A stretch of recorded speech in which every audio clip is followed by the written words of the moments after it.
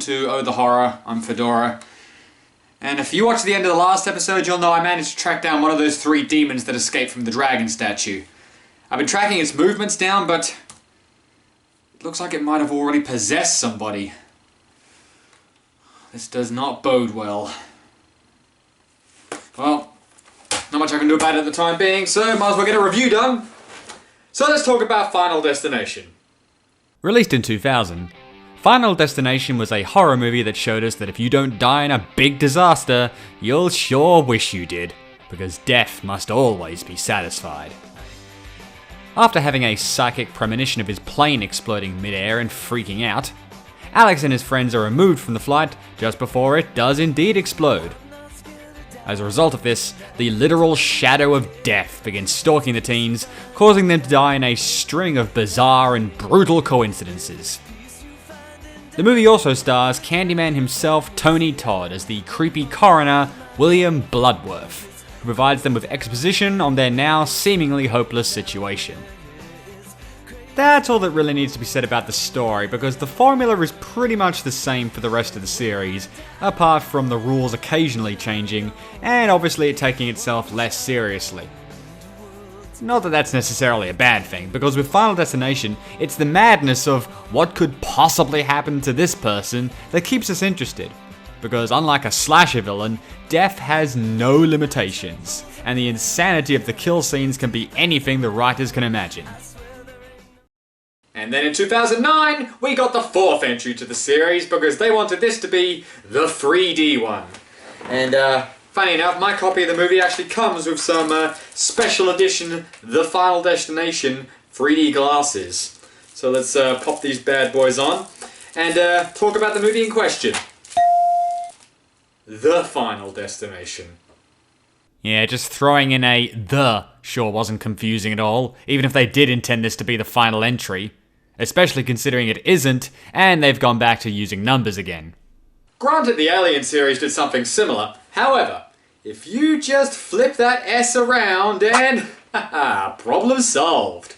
So this movie starts with, oh hey, it's directed by David R. Ellis, who also did the second movie, arguably the best in the franchise. And we arrive at a high-speed car race, which, combined with the score, really sets the new tone for this movie.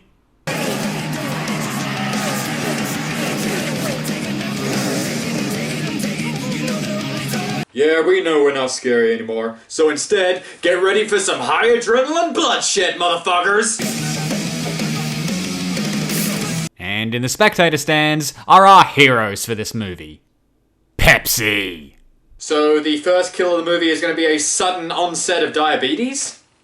Or maybe they'll just choke to death on each other's tongues. Not that names really matter here, at least not to IMDb anyway.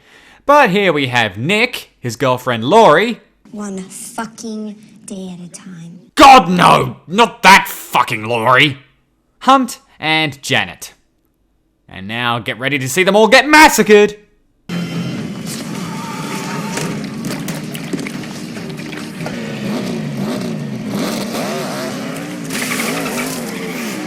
Damn it, I hate when those invisible dolphins run out into the middle of the road. Okay, I've got a question about this. I understand death hunts down people who escape their destined time to go, but that hasn't happened yet. So why are all these 1 in a million events happening now to cause the massive disaster they escaped from instead of afterwards? I don't feel like this is a tragic accident anymore, I just feel like death is a jerk. And payoff time, which isn't so much by death's design, but more like this one car crashed, and the rest of the cars take this as a sign to just start ramming into each other and shooting their parts into the crowd. In 3D!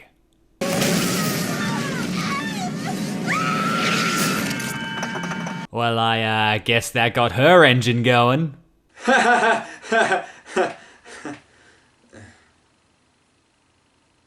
Sorry. And with more and more cars just kamikazing themselves, the entire stadium starts falling down and exploding, which blasts Nick back into a pole, and then back into reality. Dude, what did you put in my Pepsi? A little of this white powder I found on my seat. You want some more? Sure. Nick freaks out and pulls his friends and a few others out with him just before the actual crash occurs. So at least they're safe now. Have you all lost your fucking mind? Wait, is that the same tire that took her head off in the Vision? Jeez, talk about shitty luck. So that night... Oh, come on, really? The teens all sit around and overhear that the following night, a memorial is going to be held at the speedway. That's all well and good, but it's only been a day. I think it would take a little longer than that to make the place safe and to clean up and catalogue the so far 52 dead bodies. Guys, look. We're here. Right? Something gave us a second chance, so let's be thankful and just try to make the most of it. That's a little redundant, isn't it, considering what we're watching? Well, since this memorial's occurring at the speedway, let's make this picture a little more authentic. Gentlemen, start your crying. Listen to the purr of those V8 tear ducts as they careen from the photographs into the nameless racist survivor. Just a reminder to all that by attending tonight, you have waived your right to sue. Later that night, Nick, being this movie's token psychic, has the first premonition of Death's vengeance. In 3D.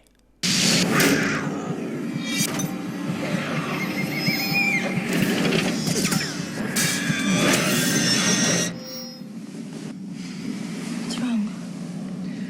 I just had a really bad nightmare.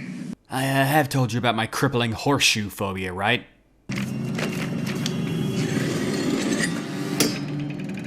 Great job, Death. You killed her photo. Meanwhile, nameless racist has somehow tracked down the security guard, George, from the stadium, who he blames for his wife's death, and plans to... Oh, good lord. Is he going for one of those KKK burning crosses? This drunken twat is far more likely to set himself on fire. Uh-oh, did I spoil it?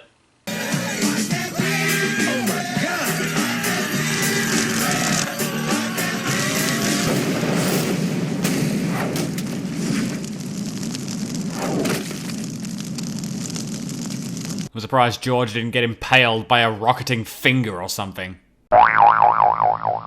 The next morning comes, and, again, bizarrely fast, the police and press are all over the scene, and it's even on the morning news in full name detail. Somehow dragged him down a residential street before the truck exploded. When you're something freaky, Ironically, Carter's wife was tragically I've seen that door before. in a speedway accident. More to come on our nightly news. Lucky the cameraman thought the door was the most interesting thing going on here. Oh, and just a reminder, 3D! Okay, so that hot mother is next on the chopping block. Okay, what was the clues again? Scissors, smoking, and slicing eyeballs. I'm guessing elevator decapitation. Oh wait, that was the good Ellis sequel. Goddamn chair. I've only told them to fix it like a million times. Oh, it's okay. You're just handling blades near my face. Sudden jolts don't make that dangerous. Just like nobody thinks twice about opening a clearly crumbling building to the general public or smoking while pouring gasoline. Personally, I don't think Death needs to interfere with anything. These people seem pretty content in killing themselves. But in the end, like 90% of those clues didn't really mean anything because she's killed by a rock. Let's go. Get in the car. I've got my eye on you two. As in, all over you. Those kids are now scarred for life. Nick explains his premonitions and their imminent death to the others, and they all take it pretty well. I'm gonna go get laid. If I'm dying, I'm trying. Keep up the good fight, guys. You won't be missed, sir. So the two then head back to the racetrack, so Nick can remember the order in which everyone died to hopefully save the next person in line. But just before he remembers, George shows up. You better have a damn good reason for trespassing. I think death itself is killing all the survivors. Okay, I instantly believe you for no reason, and here's all the security footage that we still have and not the proper authorities. Using that, they discover that this mechanic here is the next one to die, but do they manage to help? Haha, nope.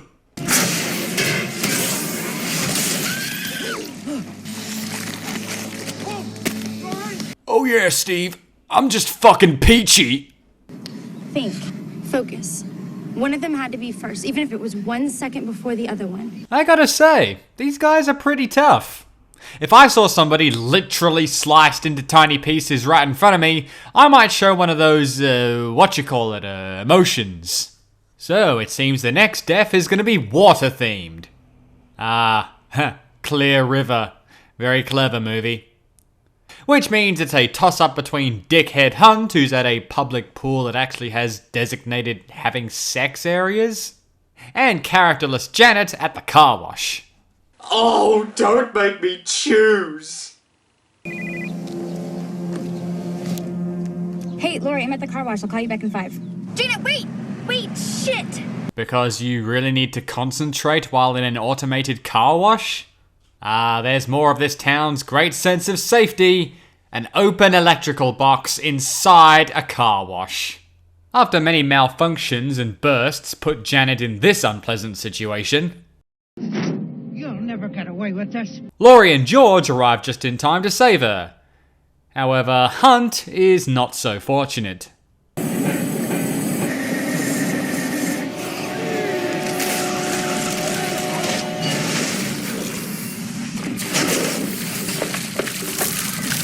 Hey, here's a joke. What was the last thing to go through his mind before he was sucked down that drain? Why, not even gonna try? With Janet skipped, it looks... His asshole! Haha! Get it? As I was saying, it looks like George is next on the list. And he seems to be at peace with that, seeing how his wife and daughter are already dead. And he feels like it's his time. Thus, he attempts suicide. But finds that for some reason it never works. So they all take this as a sign that they've won? I think congratulations are in order. It's a break in the chain. Yay, we're basing this celebration on absolutely nothing! Woohoo! To life. To life. We've been given a second chance. So what are you guys gonna do with it? I have a few plans for us. I'm just thankful that we have our whole lives ahead of us. Now this is over, I'm not gonna take another day for granted. Amazingly, a whole day manages to pass before Nick gets another vision. And it turns out some other dude survived the crash, and he's in hospital. But thanks again to incompetence more than death intervention, he's squashed by a giant bathtub. And then an ambulance just rams into George. Better start working your magic, Death. These locals have killed way more people than you so far. Oh God, how many mass murderers are in this one shot? Meanwhile, Laurie and Janet are off to see a movie in 3D.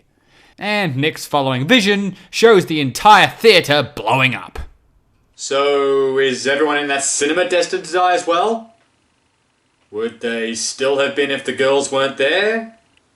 Naturally, he hurriedly arrives to rescue them, but Janet refuses to listen.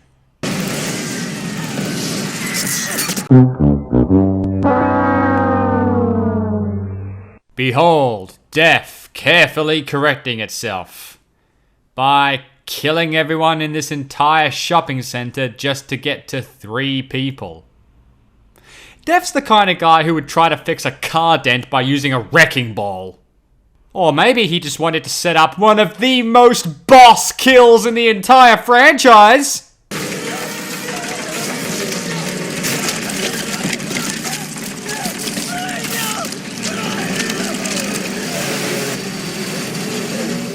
It's deja vu. Oh, fuck off! That whole thing was just a vision. So wait, before he arrived, did he have a vision within a vision? I think they should have called this movie The Final Destinception. So this time Nick arrives early and heads straight to the source of the explosion before it can happen.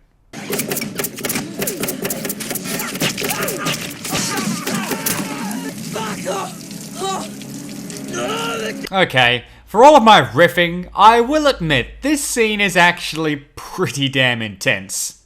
We even get a ticking clock thrown in there.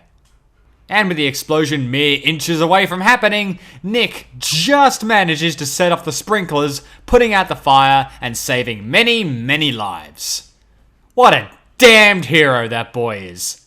Such a shame that 2 weeks later they're all killed by a truck.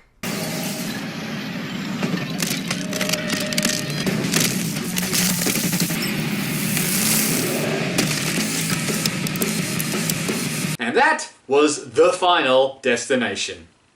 There is a lot of things wrong with this movie, no doubt. For instance, the only reason it exists in the first place is to cash in on the new 3D craze. That's written all over it. It worked too, as this is not only the most financially successful entry in the franchise, but also of any horror movie in 2009. The acting is poor, the kills are mostly lackluster CG, minus the last 10 minutes, and the short length combined just screams they wanted to get this done and out ASAP. All that said, I can't say I hate it like I hated other franchise butchering entries, but with the tonal shift as well as everything else I mentioned, I can understand why others do. And that's all from me for tonight. So, I'm Fedora, this is the Horror, save a screen for me, and I got a lot of work to do.